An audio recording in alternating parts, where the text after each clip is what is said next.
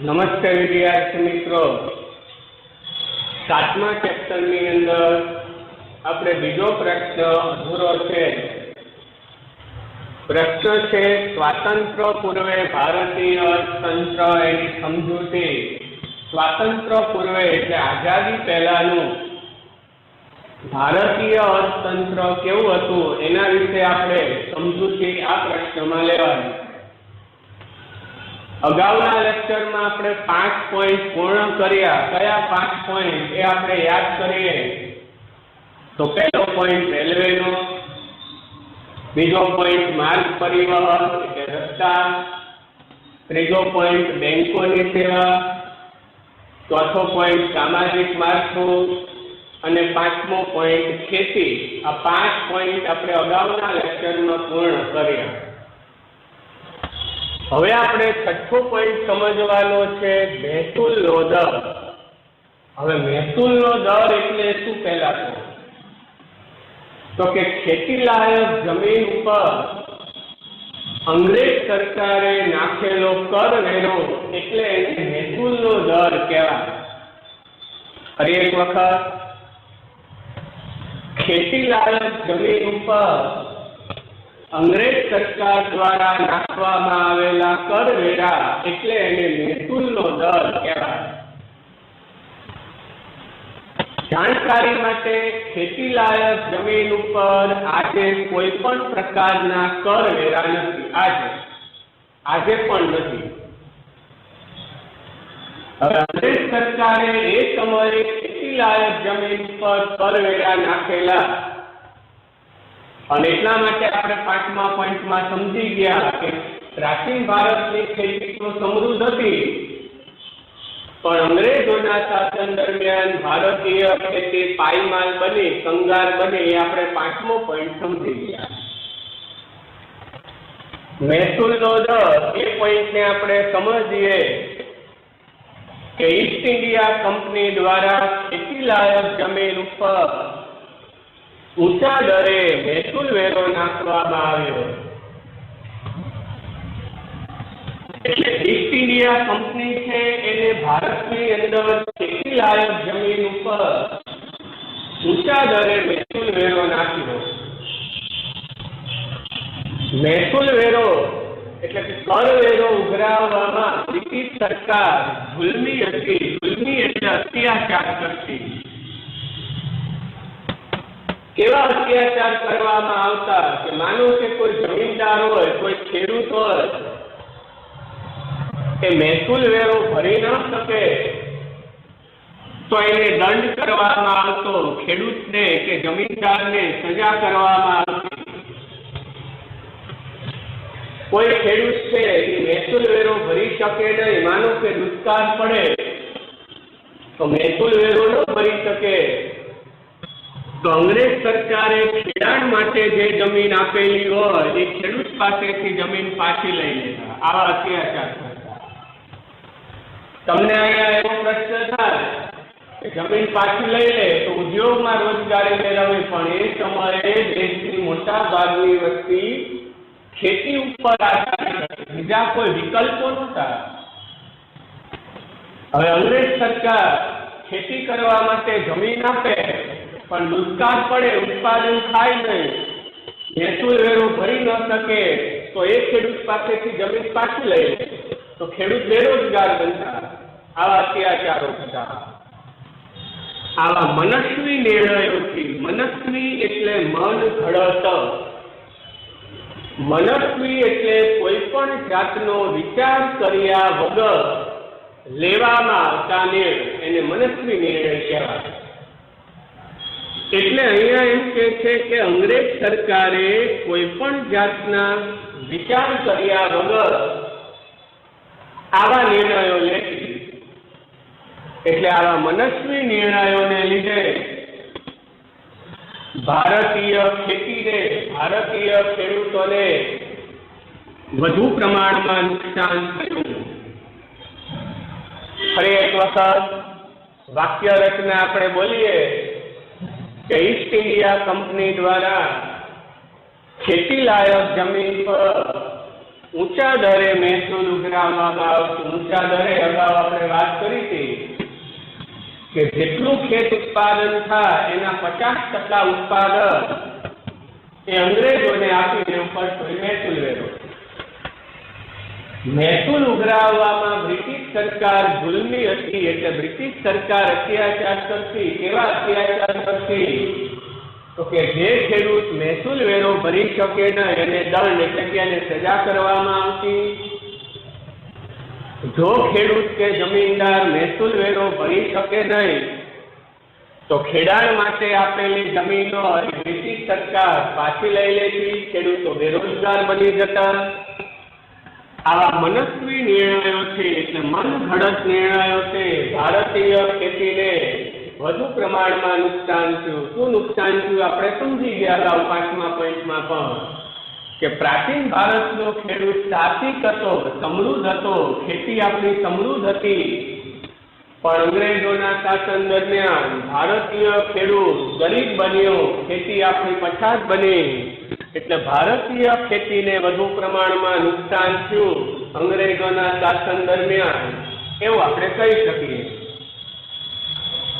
7મો point, કરવેરાના ઊંચા દરો. જાણકારી માટે, વસ્તુ ઉપર કરવેરાનો દર વધુ હોય તો વસ્તુની કિંમત વધી જાય, અને વસ્તુની કિંમત ઘટી જાય તો માંગ ઘટી જાય, ઉત્પાદન ઘટી જાય, બેરોજગારી વધી જાય. એટલે ખાસ સમજો, કરવેરાના દર જેટલા નીચા હોય ને એ અર્થતંત્રના વિકાસ માટે સારી બાબત ગણાય, લોકો માટે સારી બાબત ગણાય. કરવેરાના દર નીચા હોય છે. અંગ્રેજ સરકારે ભારતના લોકો ઉપર કરવેરાના દર વધારી દીધા, ઊંચા કરવેરા, જેનાથી અર્થતંત્રને પણ નુકસાન થાય અને લોકોને પણ નુકસાન થાય. પોઈન્ટને આપણે સમજીએ. પહેલો પોઈન્ટ કે અંગ્રેજોના શાસન દરમિયાન ભારતમાં કરવેરાના દર ઊંચા હતા. આંકડો પણ લઈએ એટલે તમને સમજાય. 1876માં દાદાભાઈ નવરોજીની ગણતરી મુજબ અંગ્રેજ સરકાર દ્વારા ભારતના લોકો પાસેથી 15% જેટલા ઊંચા કરવેરા વસૂલવામાં આવતા. 15%, ટકાવારી પ્રમાણ 100 ગણા. એટલે ઉદાહરણ આપીને સમજાવ.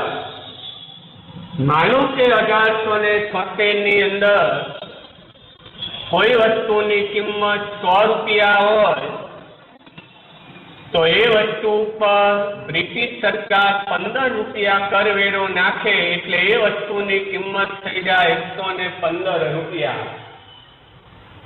15% કરવેરાનો દર ખૂબ વધુ કહેવાય. 100 15, ટકાવારી પ્રમાણ 100 ગણાય. હવે કોઈ વસ્તુની કિંમત માનો કે 200 રૂપિયા હોય તો 30 રૂપિયા કરવેરો થાય. કોઈ વસ્તુની કિંમત ધારો કે 300 રૂપિયા હોય 45 રૂપિયા કરવેરો થાય.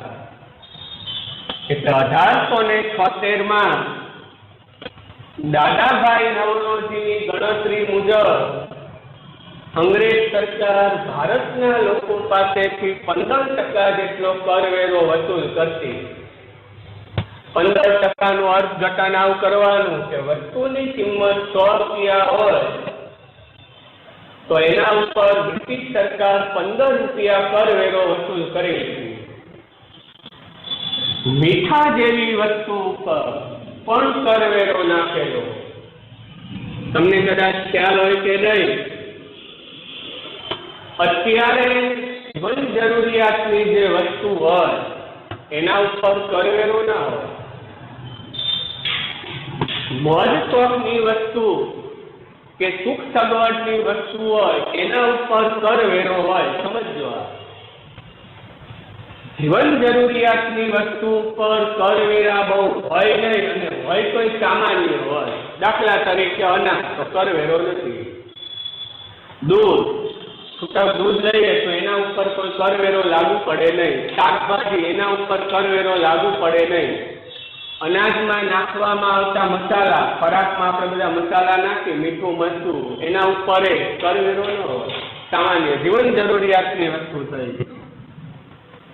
તો એ સમયે અંગ્રેજ સરકારે મીઠા જેવી વસ્તુ પર પણ કરવેરો નાખેલો. આવશ્યક વસ્તુ થઈ, જીવન જરૂરિયાતની વસ્તુ થઈ, તો આવી જીવન જરૂરિયાતની વસ્તુ પર પણ અંગ્રેજ સરકારે કરવેરો નાખેલો, મીઠા જેવી વસ્તુ પર. અને એ કરવેરો દૂર કરવા માટે, મીઠા પરનો કરવેરો દૂર કરવા માટે ગાંધીજીએ મીઠાનો સત્યાગ્રહ કરેલો. અને એ સત્યાગ્રહથી પછી બ્રિટિશ સરકારે, અંગ્રેજ સરકારે મીઠા પરનો કરવેરો દૂર કર્યો. એ તમે વિચારો કે મીઠા જેવી વસ્તુ પર પણ જો કરવેરો અંગ્રેજ સરકારે નાખેલો, તો આનો અર્થ તો એવો થયો કે મોટા ભાગની વસ્તુ પર અંગ્રેજ સરકારે કરવેરો નાખેલો, બરાબર. તો અંગ્રેજોના શાસન દરમિયાન કરવેરાના દર ઊંચા હતા. કરવેરાના દર ઊંચા હોય એટલે વસ્તુની કિંમત વધી જાય, વસ્તુની માંગ ઘટી જાય, ઉત્પાદન ઘટી જાય, બેરોજગારી વધી જાય, તો અર્થતંત્ર ઉપર એની ખરાબ અસર પડી. વાક્ય રચના એકવાર બોલી દઉં કે અંગ્રેજોના શાસન દરમિયાન ભારતમાં કરવેરાના દર ઊંચા હતા. 1876 દાદાભાઈ નવરોજીની ગણતરી મુજબ અંગ્રેજ સરકાર દ્વારા ભારતના લોકો પાસેથી 15% જેટલા ઊંચા કરવેરા એ વસૂલવામાં આવતા હતા. અંગ્રેજોએ મીઠા જેવી વસ્તુ પર પણ કરવેરો નાખેલો. એ કરવેરો દૂર કરવા માટે મહાત્મા ગાંધીજીએ મીઠાનો સત્યાગ્રહ, એનું આંદોલન શરૂ કરેલું. ફાધર ઓફ ધ નેશન કહેવાય, રાષ્ટ્રપિતા કહેવાય છે મહાત્મા ગાંધીજી, બરાબર. અત્યારના યુવાનોને ગાંધીજી વિશે પૂરી સમજ નથી, એટલે ગમે એવું બોલતા હોય, પણ બહુ ગ્રેટ વ્યક્તિઓમાંના એક હતા મહાત્મા ગાંધીજી. ક્યારે સ્કૂલ શરૂ થાય ત્યારે તમને ગાંધીજી વિશે વધારે કહી, એટલે તમને અંદાજ આવશે કે ફાધર ઓફ ધ નેશન એમને બિરુદ નથી આપવામાં આવ્યું. અને તમને એ પણ કદાચ ખ્યાલ રહ્યો હોય કે દુનિયાના જે અલગ અલગ દેશ છે એની ચલણી નોટ ઉપર વ્યક્તિનો ફોટો હોય એવું બહુ ઓછું છે. આપણા દેશની જે ચલણી નોટ છે એ ચલણી નોટ ઉપર ગાંધીજીનો ફોટો છે, એમને ન આવે. આ સમજી લેજો.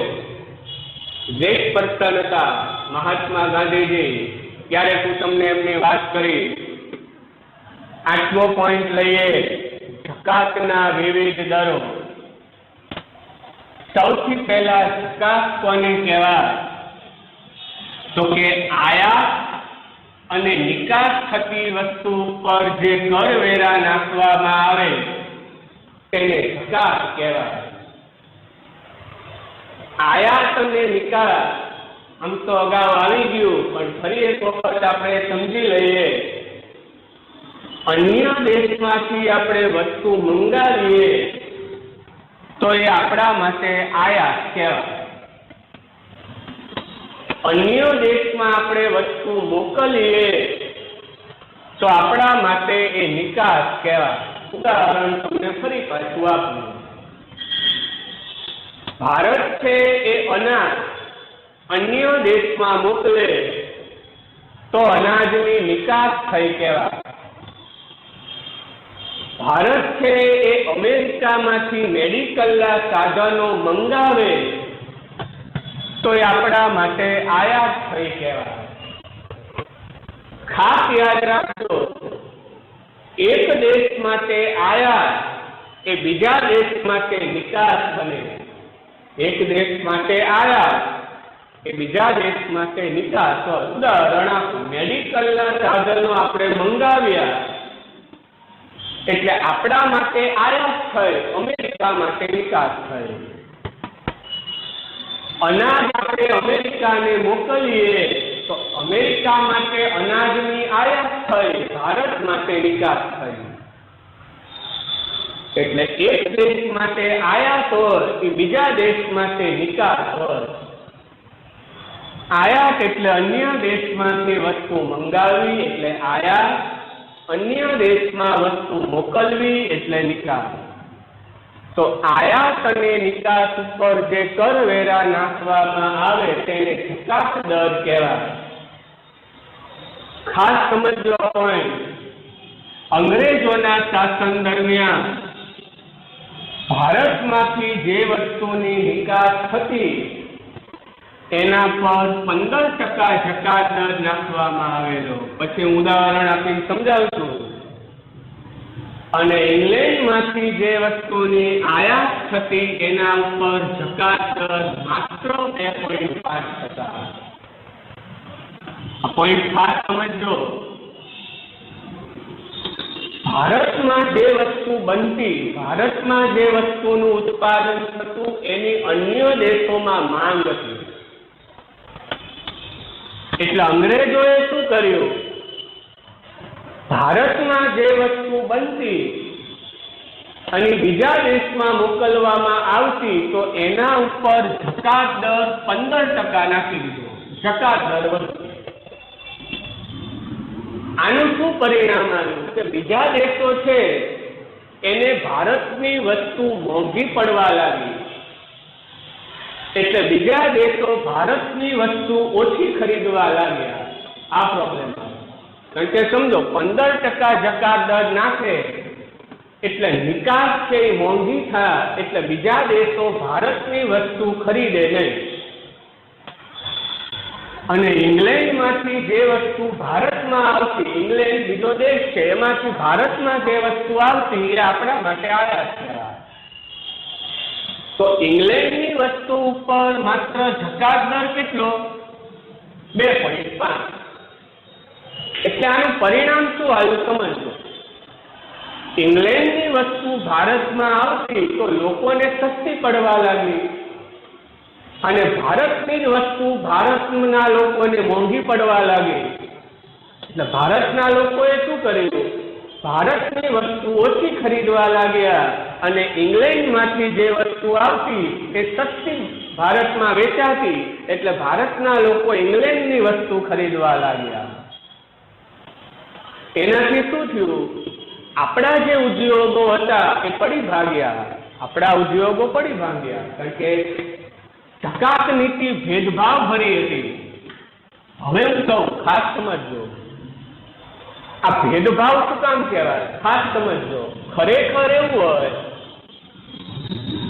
કે નિકાસ ઉપર જકાત દર ઓછો હોય અને આયાત ઉપર જકાત દર વધુ હોય. આ યાદ રાખજો ખાસ. ભારતમાં જે વસ્તુ બનતી હોય એ બીજા દેશમાં મોકલવામાં આવે તો એના ઉપર જકાત દર ઓછો હોય. અત્યારે આવું છે, જેથી નિકાસ વધે અને બીજા દેશની વસ્તુ આપણા દેશમાં આવે ને તો સરકાર એના ઉપર જકાત દર વધુ નાખે. શું કામ? સ્વદેશી વસ્તુ. અત્યારે તમે જોતા હશો, કોરોનાને લીધે વડાપ્રધાન આત્મનિર્ભર ભારત, સ્વદેશી વસ્તુ વાપરો.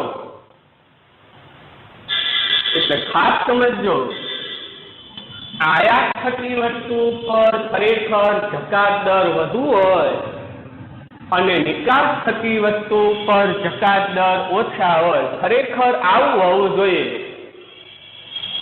પણ અંગ્રેજોએ શું કર્યું કે ભારતમાંથી નિકાસ થતી વસ્તુ પર જકાત દર વધુ નાખી દીધા. એટલે નિકાસ ઘટી ગઈ, ઉત્પાદન ઘટી ગયું, બેરોજગારી વધી ગઈ. અને ઇંગ્લેન્ડમાંથી જે વસ્તુ ભારતમાં આવતી એના ઉપર જકાત દર ઓછા નાખ્યા. એટલે ઇંગ્લેન્ડની વસ્તુ ભારતમાં વેચાવા લાગી. એટલે આનાથી પ્રોબ્લેમ એ થયો કે ભારતના ઉદ્યોગોની નિકાસ ઘટી ગઈ, ભારતના ઉદ્યોગોનું ભારતમાં જ વેચાણ ઘટવા લાગ્યું, એટલે ભારતના ઉદ્યોગો પડી ભાંગ્યા અને આવી ભેદભાવ ભરી જકાત નીતિ અંગ્રેજોએ અમલમાં મૂકી હતી. ભેદભાવ ભરી જકાત નીતિ એટલે નિકાસ ઉપર જકાત દર ઓછો હોવો જોઈએ, આયાત ઉપર જકાત દર વધુ હોવો જોઈએ. એની બદલે અંગ્રેજોએ નિકાસ ઉપર જકાત દર વધુ નાખ્યો, આયાત ઉપર જકાત દર ઓછો નાખ્યો, એટલે એને ભેદભાવ ભરી જકાત નીતિ કહેવાય. તો અંગ્રેજ સરકારની ભેદભાવ ભરી જકાત નીતિ હતી, એના લીધે આપણા ઉદ્યોગો છે એ પડી ભાંગ્યા, પરંપરાગત ઉદ્યોગો એ બંધ થવા લાગ્યા અને આપણા દેશમાં બેરોજગારીનું પ્રમાણ એ વધવા લાગ્યું. છઠ્ઠો પોઈન્ટ, મહેસૂલનો દર. મહેસૂલનો દર એટલે ખેતી લાયક જમીન ઉપર નાખવામાં આવતો કરવેરો, એને મહેસૂલનો દર કહેવાય.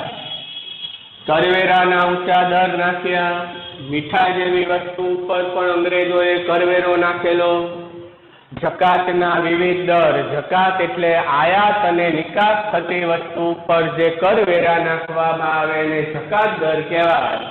ખરેખર નિકાસ ઉપર જકાતનો દર ઓછો હોય, આયાત ઉપર વધુ હોય, પણ અંગ્રેજોએ નિકાસ થતી વસ્તુ ઉપર જકાત દર 15% નાખ્યો, આયાત થતી વસ્તુ ઉપર જકાત દર 2.5% નાખ્યો. એટલે ભેદભાવ ભરી જકાત નીતિ કહેવાય. એનાથી આપણા ઉદ્યોગો પડી ભાંગ્યા. ઇંગ્લેન્ડના ઉદ્યોગો દ્વારા ઉત્પન્ન થતી વસ્તુ એ વેચાવા લાગી. આપણા દેશમાં બેરોજગારી વધવા લાગી. આજનો છેલ્લો પોઈન્ટ, 9મો પોઈન્ટ, ઉદ્યોગની નીતિ. આમ તો અહીંયા આવી ગયું, એ જ બાબત અહીંયા છે થોડી. અંગ્રેજોના શાસન દરમિયાન આપણી ખેતી તો પડી ભાંગી, કારણ કે મહેસૂલ વેરો નાખ્યો એટલે.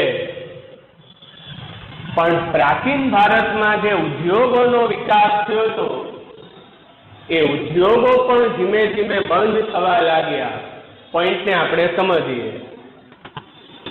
1750 થી 1830 પ્રશ્ન 1 માર્કમાં પૂછાય. ઇંગ્લેન્ડની અંદર ઔદ્યોગિક ક્રાંતિ થઈ. ખાસ યાદ રાખજો, ઔદ્યોગિક ક્રાંતિ દુનિયાના એક જ દેશમાં આવી છે અને ઇંગ્લેન્ડ. ઔદ્યોગિક ક્રાંતિ કોને કહેવાય? ખાસ ધ્યાન આપજો.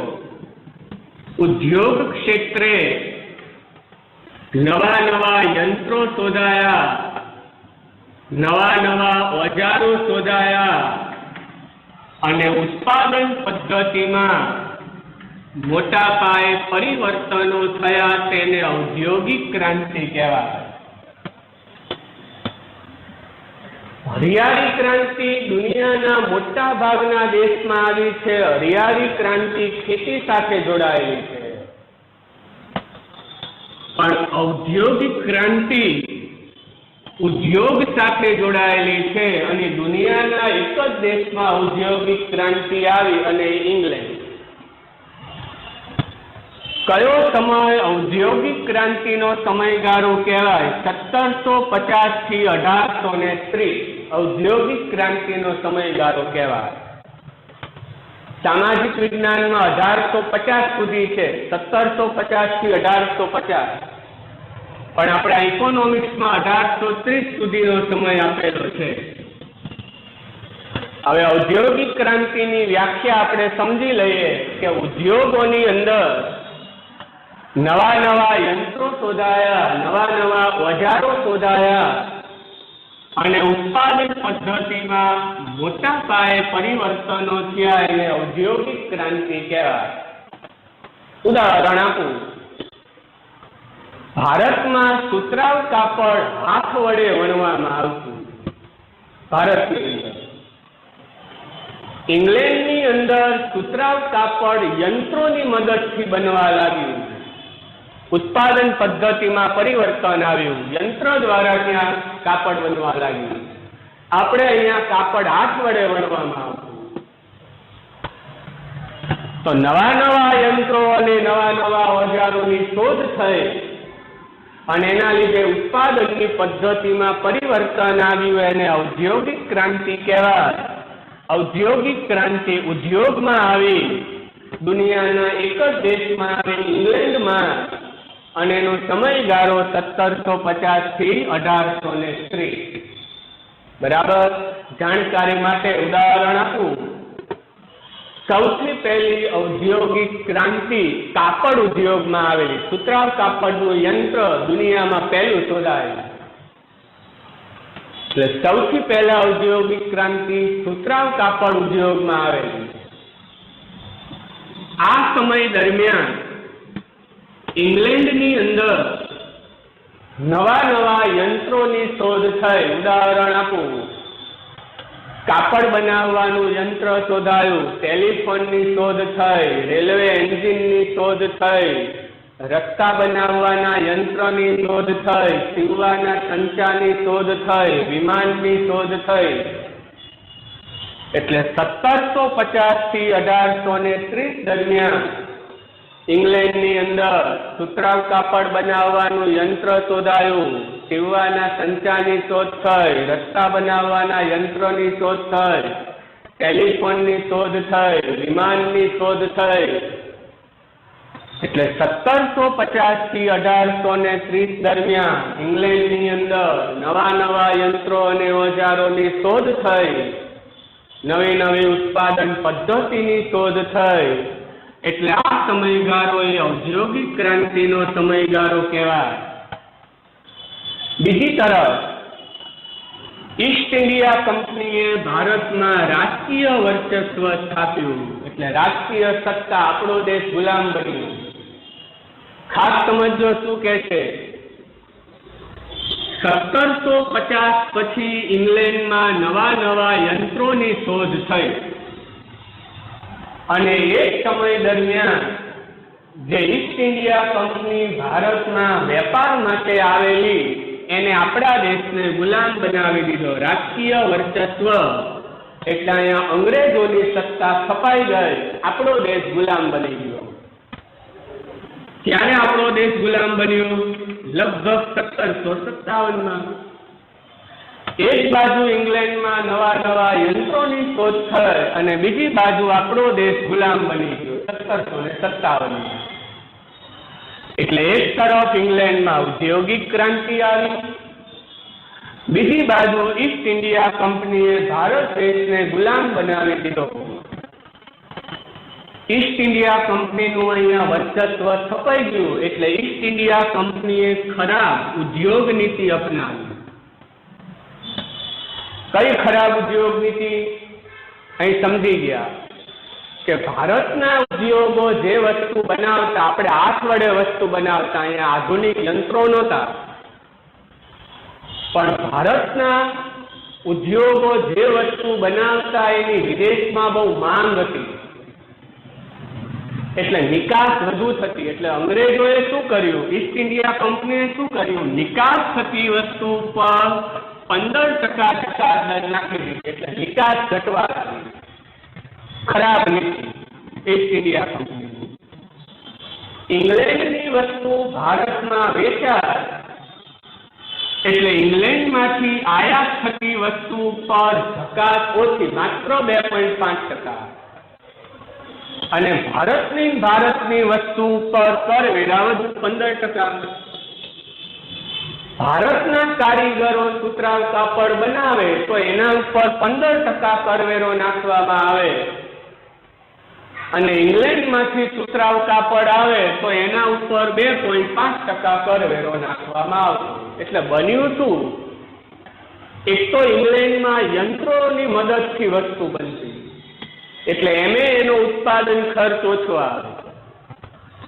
બીજું, ઈસ્ટ ઇન્ડિયા કંપનીએ ઇંગ્લેન્ડની વસ્તુ પર જકાત દર ઓછો નાખ્યો અને ભારતમાં બનતી વસ્તુ પર જકાત દર 15% નાખી દીધો. એટલે એને કહેવાય ખરાબ નીતિ. ખરેખર શું હોવું જોઈએ કે દેશમાં બનતી વસ્તુ પર કરવેરો ઓછો આજે ભારતમાં જે વસ્તુ બનતી હોય એના ઉપર ભારત સરકાર કરવેરો ઓછો નાખે અને બીજા દેશમાંથી વસ્તુ આવે એના ઉપર કરવેરો વધુ નાખે. એની બદલે અંગ્રેજોએ શું કર્યું કે ભારતમાં બનતી વસ્તુ ઉપર કરવેરો વધુ અને ઇંગ્લેન્ડમાંથી આવતી વસ્તુ ઉપર કરવેરો ઓછો. એટલે ખરાબ ઔદ્યોગિક નીતિ હતી કોની? ઈસ્ટ ઇન્ડિયા કંપનીની. તો ઈસ્ટ ઇન્ડિયા કંપનીની ખરાબ ઉદ્યોગ નીતિ હતી. એના લીધે આપણા જે ભારતીય ઉદ્યોગ સાહસિકો હતા, જેને ઉદ્યોગ સ્થાપવાનું સાહસ કરતા, ભારતમાં ઉદ્યોગ સ્થાપવાનું જે લોકો સાહસ કરતા એને ઉદ્યોગ સાહસિકો કહેવાય, એ નિરુત્સાહી બન્યા. શું કામ નિરુત્સાહી બન્યા? તો કે ઈસ્ટ ઇન્ડિયા કંપનીની ઉદ્યોગ નીતિ ખરાબ હતી. ખરાબ ઉદ્યોગ નીતિને લીધે આપણા ઉદ્યોગ સાહસિકો નિરુત્સાહી બન્યા અને ભારતના ઉદ્યોગો પડી ભાંગ્યા. શું કામ પડી ભાંગ્યા? તો કે નિકાસ ઘટી ગઈ. ઇંગ્લેન્ડની વસ્તુ ભારતમાં સસ્તી વેચાવા લાગી એટલે ભારતના લોકો ઇંગ્લેન્ડની વસ્તુ ખરીદવા લાગ્યા અને ભારતની વસ્તુની માંગ ઘટવા લાગી. એટલા માટે એમ કહેવાય કે આપણા ઉદ્યોગ સાહસિકો નિરુત્સાહી બન્યા, ભારતના ઉદ્યોગો પડી ભાંગ્યા ઇંગ્લેન્ડની સામે, અને જેથી આપણા દેશમાં બેરોજગારીમાં પણ વધારો થયો. ઉદ્યોગો બંધ થવા લાગ્યા એટલે કારીગરો બેરોજગાર બન્યા, જેથી દેશમાં બેરોજગારીનું પ્રમાણ પણ વધવા લાગ્યું. તો આજે આપણે મુખ્ય 4 પોઈન્ટ સમજ્યા. અંગ્રેજોએ જમીન, ખેતીલાયક જમીન ઉપર કરવેરો નાખ્યો એટલે મહેસૂલનો દર નાખ્યો એટલે આપણી ખેતી પછાત બની ગઈ.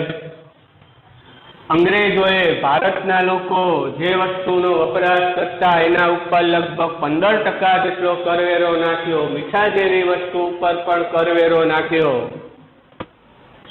આયાત અને નિકાસ ઉપર જે કરવેરો નાખવામાં આવે એને જકાત દર કહેવાય. અંગ્રેજોએ જકાત નીતિ ભેદભાવ ભરેલી કરી. નિકાસ થતી વસ્તુ ઉપર વધુ જકાત નાખી, ઇંગ્લેન્ડમાંથી આયાત થતી વસ્તુ ઉપર ઓછી જકાત નાખી, ભેદભાવ ભરેલી જકાત નીતિ અપનાવી. અને અંગ્રેજોએ ખરાબ ઉદ્યોગ નીતિ અમલમાં મૂકી. એટલે આપણા જે પરંપરાગત ઉદ્યોગો હતા, હાથ વડે જે વસ્તુ બનતી, ઓજારો વડે જે વસ્તુ બનતી, એવા ઉદ્યોગો બંધ થઈ ગયા અને ઇંગ્લેન્ડમાં જે વસ્તુનું ઉત્પાદન થતું એનું વેચાણ ભારતમાં વધવા લાગ્યું અને એના લીધે આપણા ઉદ્યોગો પડી ભાંગ્યા, જેથી અંગ્રેજોના શાસન દરમિયાન બેરોજગારીમાં વધારો થયો. બેરોજગારી એટલે શું? ઇકોનોમિક્સમાં અલગ કહેવાય, આગળ આવશે ત્યારે હું તમને સમજાવું. તો 9 પોઈન્ટ આપણે ટોટલ પૂરા થયા કે આઝાદી પહેલાનું અર્થતંત્ર. એમાં અગાઉના લેક્ચરમાં 5 પોઈન્ટ સમજાવેલા.